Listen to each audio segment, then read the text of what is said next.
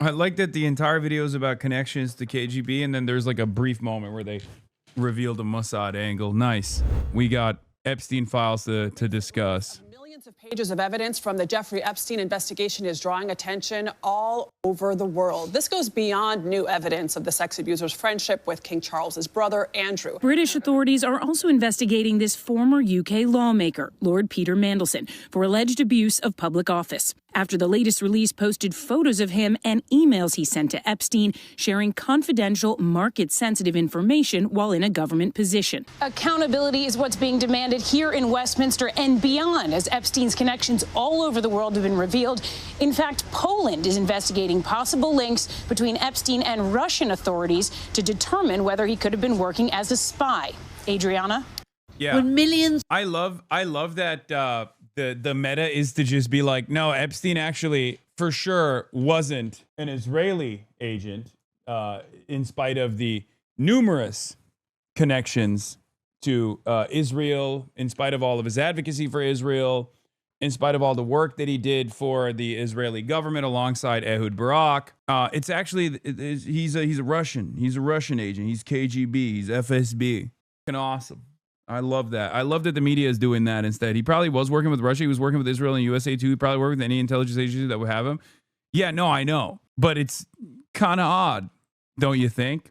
That there's only one country that they're farming here. He literally said this to Ehud. I didn't think about it until I saw this Channel 14 post, but what Ehud Barak told Epstein in the recently revealed file actually aligns perfectly with the Israeli right-wing's favorite conspiracy theory about a so-called leftist elite trying to destroy Israel's Jewish character. The point is Israel's central to Epstein's operation, chatter, not Russia. Exactly. His initial connection to Russia was on Israel's behalf, so skipping to Russia is putting the cart before the horse. Yeah. The amount of connections he has to, first of all, the amount of connections that Russian oligarchs have specifically to the state of Israel is already plentiful, right? But outside of that, there is an abundance of conversations that we now have access to where Jeffrey Epstein is having long back and forths with Ehud Barak, former Israeli Prime Minister Ehud Barak, and I think he was a defense minister at the time when those conversations were taking place, of the Israeli state. There is no such Russian equivalence. So to hyper-focus on the Russian element here is utterly ridiculous. Yes, I saw the Channel 14 clip. I covered it as well. Like the hostages, the issue of Epstein's connections to Ehud Barak play out completely different in American and Israeli politics. Where Benjamin Netanyahu posted this clip from Channel 14 where they're talking about Jeffrey Epstein's connection to Ehud Barak. For those of you who don't know, Ehud Barak is supposed to be a part of the opposition, or was the opposition to Benjamin Netanyahu. Benjamin Netanyahu's Likud. Ehud Barak is supposed to be the liberal, the more tolerable liberal Zionist opposition, even though they completely align on the issue of Jewish supremacy and ethnic cleansing of Palestinians, right? Very, very little daylight between the two. So this conversation takes place between Ehud Barak and Jeffrey Epstein, where they're discussing the issue with the population growth of Arabs in Israel. Okay, that's the real point of contention that they're trying to address. I want to start there, though, because the way that these guys actually take this conversation is very different. I said it's funny that this was his takeaway, Benjamin Netanyahu's takeaway from the conversation Ehud Barak and Epstein were having about Israel's demographic concerns around the Arab population's growth. Jeffrey Epstein's suggestion to the Arab population's growth is to basically bring in people who are not like originally Jewish, but like white people, and then loosen up the restrictions around conversion. Because from what I understand, as it stands, you have to be an Orthodox Jew if you're converting. Jeffrey Epstein's suggestion is you shouldn't be Orthodox. You shouldn't have to be Orthodox. You just like claim being Jewish as a white guy, and then this will make up for the demographic problems, the demographic concerns that Israel has because it wants to maintain a Jewish ethnic majority, a Jewish ethno-religious majority. So Benjamin Netanyahu, on the other hand, has a very different approach to this. He says, an amazing revelation about Ehud Barak that was exposed in recordings of his pedophile friend Jeffrey Epstein. Ehud Barak suggests carrying out selection among Jews and importing to Israel the right kind of Jews, those who are neither Mizrahi nor right-wing. When the left and its messiah, Ehud Barak, fail to win at the ballot box, they try to replace the people. And if that's not enough, they can always rely on Bennett and Lapid's Brotherhood of Brothers to team up again with the Muslim Brotherhood. While Ehud Barak and Benjamin Netanyahu and Jeffrey Epstein are completely aligned on the demographic concerns that Israel has, they might differ in their solutions, even though the original solution to the demographic concerns was to literally do this with Russian migration, famously, because like there are a lot of Russians in Israel that have no traceable, especially matrilineal Jewish ancestry, right? So they already had done this before to make Israel more white, not just to make Israel more Jewish, but to make Israel more white. They just basically took in a lot of people from the USSR at the time who aren't Jewish. And then they were just like, yeah, these people are Jewish as well. So that's literally all Jeffrey Epstein is suggesting in this instance, a different version of that, right? It's just ironic that Benjamin Netanyahu took that and turned it into something that was beneficial for his, or took that as a threat against his political project instead. Epstein helped Ehud address this demographic concern via Thiel. Of course, in the years that followed, Thiel's company became heavily involved in Israel and its military, supplying the error-prone AI tools it used to indiscriminately slaughter civilians in Gaza and signing a strategic partnership with his MOD. I mean, I don't know if that had anything to do with the demographic concerns at all. But yeah, he did get Ehud Barak to bring Palantir technology into. It's funny because Netanyahu is basically doing great replacement conspiracy, but for white people. Yeah. Anyway, that's just one aspect of the Epstein saga. Files linked to Jeffrey Epstein land. Interesting that, once again, often not discussed in Western news at all. They exposed the life obsessively documented. Like this video of the convicted paedophile dancing. A billionaire who used his enormous wealth to abuse and hid behind a luxury lifestyle. Whoa. The Epstein files contain videos of massages, private jets, and pools. I've never seen so many beautiful girls. A bizarre mix of more than 2,000 videos, 180,000 images, 3 million emails, texts, flight logs, all still being sifted through. Released by the US Department of Justice without context. There's also this of Epstein, which appears to be filmed while he's in prison. He's secretly recording a video message for 2 women, who we won't name. You can see I have a little sore on my face that I got from some black guy trying to kiss me. It's really disgusting. Among the files, heavily redacted, sexually explicit videos. And it's not just Jeffrey Epstein's personal images. The files also contain videos captured by the US authorities. Here, Ghislaine Maxwell, in 2016, being questioned over Virginia Giuffre's civil case. Who were the other 17-year-old masseuses they were aware of? I'm not aware of any. Were there any 16-year-old masseuses you were aware of? I'm not aware. Any 15? Look, I just want to be clear. The only person that I'm aware of who claims to have been, and we have to, whilst I've established that I was 17, given that she has changed her age so many times. And here she is in July 2020, a glimpse into her life inside her cell. She was waiting to hear whether or not she would be granted bail, and outside it, relaxed, making phone calls, some lasting more than 20 minutes, while facing charges of recruiting women and girls, including a 14-year-old. On Monday, Maxwell will be testifying under oath before Congress. The committee will be investigating the government's handling of the Epstein files. There is this footage from Epstein's Paris apartment. Pharrell Williams' happy plays as a woman dances. A DNA paternity test can be seen on Epstein's desk. The same home where this now infamous photo of Peter Mandelson was taken. Which brings us neatly to here, Epstein outside the Louvre, with France's former culture minister, Jack Lang. Of course, we should say, appearing in the files doesn't imply any wrongdoing. Well, the files show excess, hotel rooms, flat... That's kind of wild to say that while, putting up a B-roll footage of Woody Allen, who is, he's just a pest in his own right, even before the Epstein stuff, right? So kind of an odd choice there if you're trying to protect the image of some of these people that were affiliated with Jeffrey Epstein. Interesting. Cars, selfies. In one clip, Candle in the Wind plays from his personal playlist on board what appears to be Epstein's private jet. Millions of files, with little explanation. For survivors, the release reopens old wounds. While context is often missing, discomfort isn't. Best part of Russiagate 2, the Israel obfuscation, is that no one buys this theory. Oh, sorry. If one buys this theory, it means that there's a good chance Bill Clinton, Larry Summers, Bill Richardson, Reid Hoffman, and other prominent Democrats are all compromised by compromat or whatever, creating a double reverse Russiagate. They can't say it's Israel for some reason. I wonder why, right? So they have to obfuscate and claim it's Russia. But if it's Russia, then all of these prominent Democrats that are Epstein affiliates are all Russian agents or have been compromised by Russia.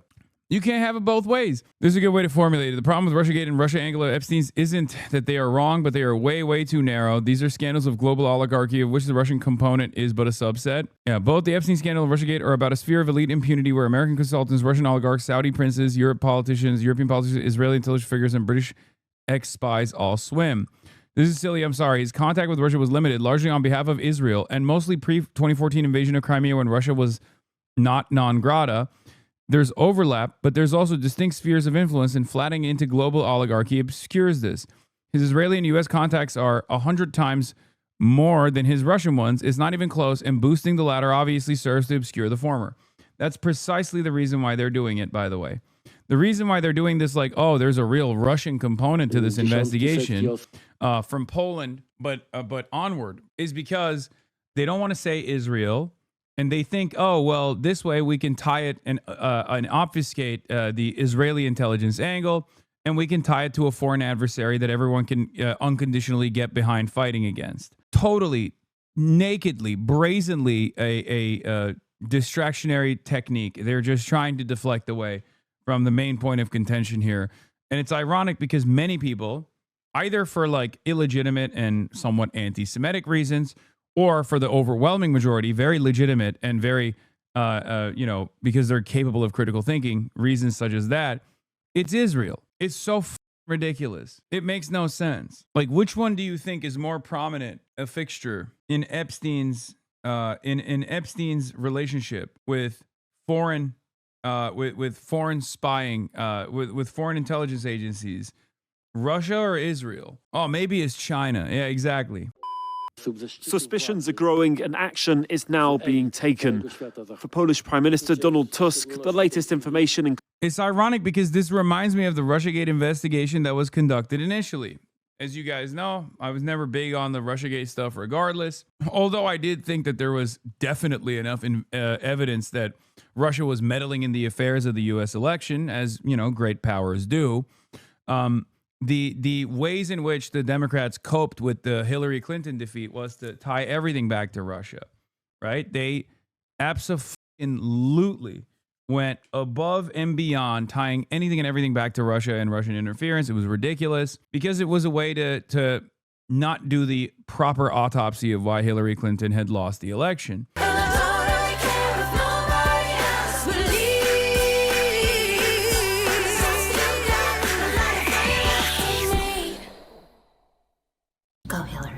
Now, in the process of doing this Russiagate investigation, what they actually uncovered was that, yes, of course, there was Russian intervention or attempts at intervention, but they also found that there was a lot of Israeli intervention in the elections. And they very quickly were like, oh, never mind, let's not look into that direction at all. And it's happening again.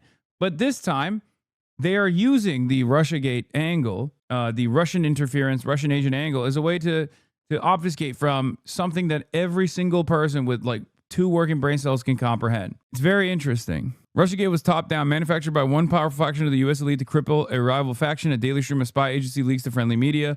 The narrative was one side is evil, one side is good, whereas the Epstein scandal implicates the entire ruling class. Exactly. I don't understand. Everyone knew. Everyone was involved. He had so much backup. How did Epstein even get behind bars? Alexander Acosta unceremoniously became Trump's labor secretary, and Julie K. Brown and the Miami Herald investigated Alexander Acosta's background because it was a name that they remembered from the 2008 Jeffrey Epstein court case. Alexander Acosta was the prosecutor that gave Jeffrey Epstein this insane sweetheart plea bargain, one that allowed him, regardless of his, regardless of the nature of his crimes, one that allowed him to leave prison on a fucking worker structure. I forget what it's called. it was unheard of. There's never been a moment where someone who has got their sex trafficking of minor charges reduced to trying to solicit prostitutes that were literally children, by the way, but they made it seem like he was just trying to solicit. I guess they did say, work release. Thank you. A work release program. There is no world where you get to get a work release program if you're a pedophile. There's no world where you get your sentence reduced as much as Jeffrey Epstein did. And there's certainly no world where you get put on work release as a pedophile. At most, if you are a pedophile in prison, they will put you away from Gen Pop, because if you're in Gen Pop, they will kill you, right? So you're kept under a close watch. There is no world where you get work release as a pedophile as you are carrying out your sentence. Like, it's unheard of, dude. It's like getting a work release as a serial killer. Included in the release of over 3 million files adds to concerns that the Epstein pedophilia scandal was co-organized by Russian intelligence. Anyway, Julie K. Brown conducts this investigation with Miami Herald, going back to the Epstein files. It becomes viral, and then it becomes such a major issue that the Trump administration has to address it. The Department of Justice, well, not the Department of Justice, but the Southern District of New York reopens the Jeffrey Epstein case, take a closer look at it, and you know, they arrest him, obviously, because there's a lot of fucking evidence that he has continued his conduct. And they take all of his data from his New York mansion, his New York residence, and then he dies under the watch of Bill Barr in a federal prison. The same federal prison that Luigi Mangione and Maduro are in right now. This has pushed the Prime Minister to ask for a probe to be conducted into Epstein's possible links with Russia's secret services, as well as to Tusk's. I was in work release for heroin addiction in like 2012, and I'm very sorry to tell you that you are very wrong about this. You get work release for pedophilia? It's child endangerment. I mean, I know the criminal justice system is very bad at work release, but he didn't spend most of his prison sentence in. Chomos get work release and into halfway houses all the time. Chatter. He literally was just sleeping at the prison. Like, every day he was able to go back to his mansion. You're talking about being released into a halfway house. He was not released into a halfway house. He didn't check in at a serious job site either. Oh, he didn't die in the same prison as Luigi? I'm aware he's a different case. I'm just saying it's not unheard of. Oh, country. A growing number of commentators and experts assume that it is highly probable that this was a premeditated operation by the Russian KGB. This so-called honey trap set for the elites of the Western world, primarily the United States. This can only mean that they also possess compromising material against many leaders still active today. Suspicions that are fueled by the release of emails showing the lengths Epstein and his associates went to recruit young Russian women, with documents including requests to book flights from Moscow to Paris and to New York. A honey trap designed to blackmail the global elite. Vladimir Putin is named over 1,000 times. Epstein died in Metropolitan Correctional Center in Manhattan. Luigi and Maduro at MDC Brooklyn. Sorry, I'm wrong. I apologize. It's MCC, not MDC. You're right. In the latest documents, exchanges discuss appointments to come between Epstein and the Russian president, including after Epstein was convicted of procuring a child for prostitution. Previous emails also appeared to show Epstein offering advice to politicians on how to deal with Donald Trump. The question as to whether he was working for secret services isn't a new one. For years, some have suggested Epstein was in fact working for Israel's Mossad. Donald Tusk said that he would encourage others to pursue an international investigation. I like that the entire video is about connections to KGB, and then there's like a brief moment where they revealed a Mossad angle. Nice.